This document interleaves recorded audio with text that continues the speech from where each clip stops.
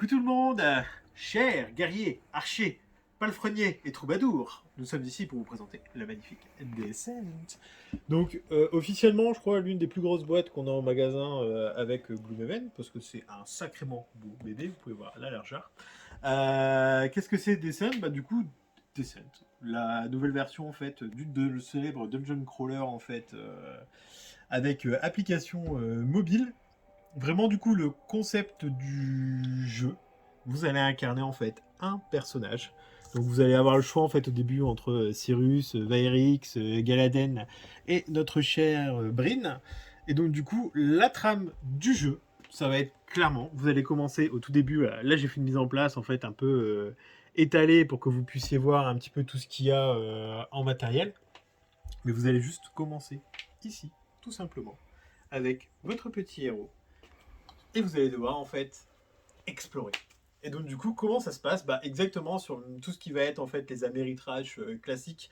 3 actions à votre tour de jeu, 5 actions, enfin 3 actions, vous allez pouvoir faire 3 actions à votre tour, mais parmi 5 disponibles.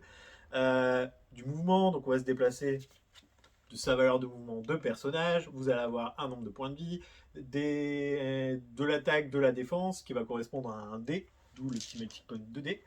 Et puis bah, quand je me déplace, en fait, tout simplement, je vais interagir avec l'environnement. Et donc, du coup, si j'arrive ici sur un point de vue, je vais faire ce qu'on appelle une exploration. Pour ceux qui sont un petit peu familiers des autres jeux en fait de la même gamme chez FFG, type Le Seigneur des Anneaux, Voyage en Terre du Milieu, vous allez donc du coup avoir des jetons d'exploration, etc., avec lesquels vous allez interagir, qui vont vous rajouter des tuiles, des numéros. Vous allez découvrir petit à petit le paysage. Donc si lors de votre exploration vous faites aussi des déplacements et que vous voulez interagir donc du coup avec les éléments du décor, typiquement par exemple cet arbre, si je veux y monter pour faire le guet, vous pouvez essayer d'y looter peut-être de la nourriture ou du bois pour construire plus tard des objets, et bah tout simplement en fait sur l'application, hop, qu'on a ici, je prends la flèche, le personnage en fait qui va interagir, donc là typiquement mon personnage Cyrus, et hop, le glisser sur l'arbre. Du coup, il va me demander en fait ce que je fais tout simplement. Donc là, je peux y cueillir des fruits, je peux fouiller les buissons ou je peux grimper dans l'arbre. Bon, typiquement, moi j'ai un peu faim, donc j'essaie de cueillir des fruits. Donc du coup, les fruits ayant bon goût, bah, je peux me soigner de 2 points de vie. Si jamais, bah, par exemple, j'aurais fait tout simplement un autre choix, j'aurais voulu grimper à l'arbre, là, je dois faire un test de puissance. Donc du coup, on reprend sa fiche de personnage. Chaque joueur en fait a de la puissance, de l'agilité, de l'intuition et de la volonté. Quand c'est comme ça, on fait un test à 2D. Hop. Et donc du coup, là par exemple, j'ai 3 réussites, 5 réussites, j'ai -1 parce que je ne suis pas puissant. Je suis quelqu'un d'intuitif qui a de la volonté, mais je ne suis pas puissant avec Cyrus. Donc du coup, ça m'a fait tout simplement 4 réussites. Je mets 4 ici dans l'application. J'appuie sur continuer et je glisse comme un gros bolos. Et donc du coup, je ne monte pas dans l'arbre et ma fierté en a pris un coup. Donc forcément, vous vous doutez bien, il va y avoir des tests de force. Donc du coup, c'est plutôt bien d'envoyer Bryn parce qu'elle va avoir là en l'occurrence en puissance un bonus de +2. Moi, mon personnage a plus des affinités avec tout ce qui va être la magie, donc tous les tests qu'il va y avoir pour récolter des essences de magie ou pour lancer des sortilèges. Ce sera à lui de s'en occuper. Et donc du coup, d'où l'utilité en fait de ce côté asymétrique en fait dans le jeu. Ce que j'ai pas présenté, c'est par rapport aux dés en fait. Sur les dés, vous avez des faces avec des petits plus ce qui me permet en fait de vous expliquer la grosse mécanique du jeu, la fatigue.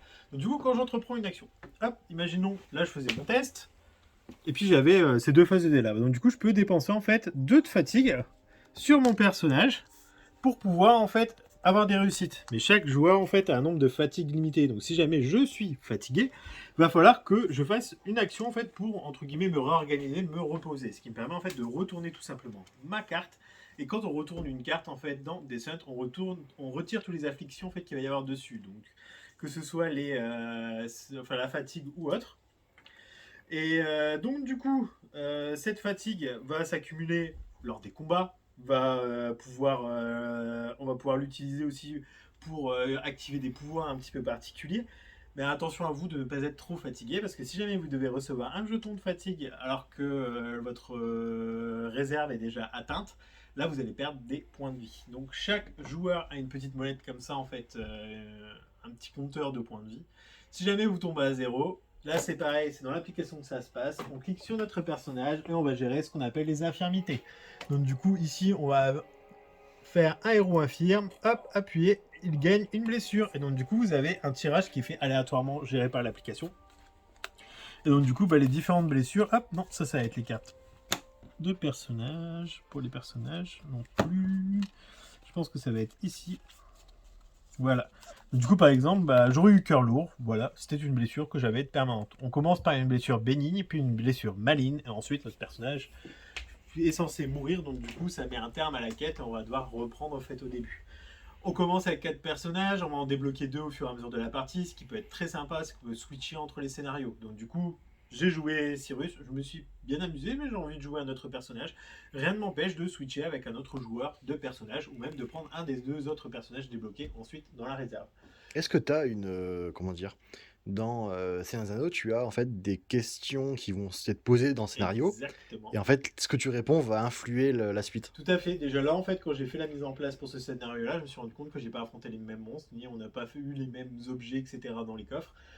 Typiquement, si là ici en avançant dans la quête, en fait, chaque personnage a un énorme background et à chaque étape en fait du jeu, vous allez devoir faire des choix parmi des pistes en fait de un peu comme une carrière en fait du bien ou du mal pour vos personnages et cela va influer en fait le reste de l'histoire. Donc Donc du tu peux coup, refaire tout le monde l'histoire plusieurs voilà, fois. exactement. Bon, après, la variation sur la trame principale ne va pas être énorme, mais par contre, il y aura des éléments qui vont différer dans le jeu.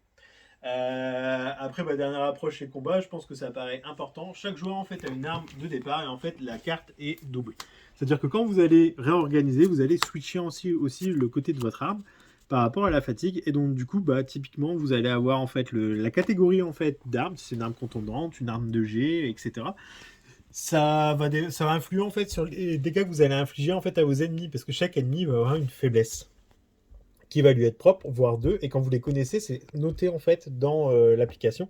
Donc du coup, vous allez pouvoir vous en souvenir. Typiquement, imaginons ici avec Brin, je décide de me faire un mouvement et d'attaquer cet ennemi. Brin, qu'est-ce qu'elle a avec son en dé d'attaque? Un dé noir. Je vais lancer un dé noir.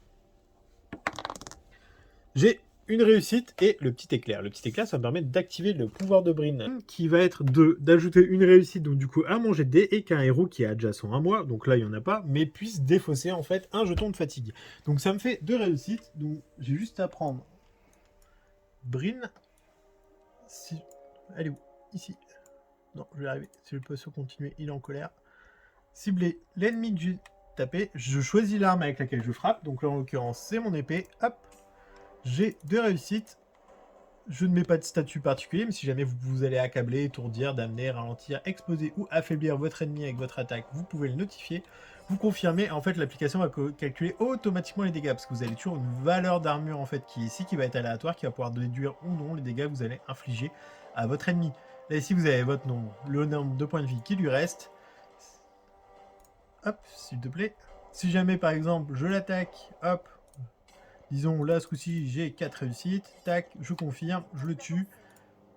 Là il va me demander de retirer la figurine. Et une fois que tous les ennemis là seront décédés, on va pouvoir aller un peu plus en avant donc dans la quête. Et le but forcément, c'est un jeu, c'est un dungeon crawler, c'est un jeu d'histoire en fait. Il faut suivre l'histoire et évoluer en fait à travers celle-ci. Une fois que vous avez terminé le scénario, vous allez souvent avoir un backup en fait dans la ville. Et ce que je trouve aussi excellent dans Descent, c'est que vous allez avoir ce concept un petit peu de gros loot. Donc du coup, si je prends un héros, que je fais un test, que j'ouvre un coffre, s'il veut bien. Non, 6 c'était pas assez. 7 peut-être, voilà, je vais looter des objets. Et donc du coup on a une notion d'inventaire qui va être commune en fait au groupe. Ouais, en fait ça va être un peu mieux. Voilà. Hop, et du coup vous pouvez aller voir dans votre inventaire en fait les objets que vous avez hop, des curiosités, de l'herbe, des os, et tout ça en fait ça va vous servir dans vos phases de crafting. Parce qu'en fait si jamais vous allez quand vous allez pouvoir retourner en ville, vous allez pouvoir aller voir un armurier, un forgeron. Et si vous avez les éléments et le plan en fait associé, parce que vous allez pouvoir retrouver des plans pour forger telles et telles armes, vous allez pouvoir en fait du coup les créer pour les équiper à vos personnages. Et du coup c'est des cartes que vous allez retrouver par ici en fait, hop, durant tout le jeu. De même, à chaque scénario réussi, de l'expérience gagnée. Donc du coup, vous allez pouvoir dépenser ces points d'expérience pour gagner des compétences pour votre héros, qui va être aussi un petit peu personnalisé de cette façon, et puis pouvoir devenir un petit peu plus puissant. Un autre concept aussi important dans le jeu, le crafting des objets avec des ingrédients, type les potions. Donc du coup, vous allez pouvoir en crafter une multitude pour augmenter vos compétences, vos pouvoirs, et puis des petits pouvoirs particuliers pour vos prochains combats. Donc voilà, c'était le magnifique Descent qu'on On n'a plus à présenter parce que bah, il est quand même assez connu. Mais vraiment, moi, j'avais pour l'instant fait que le premier scénario, mais je n'ai qu'une envie, c'est faire le deuxième parce qu'on a vraiment trouvé ça génial. Les décors 3D, ça rajoute un plus immense au jeu. C'est hyper immersif, c'est super beau et je n'ai qu'une hâte, c'est de faire la suite. Voilà. Bonne journée à vous. Au revoir.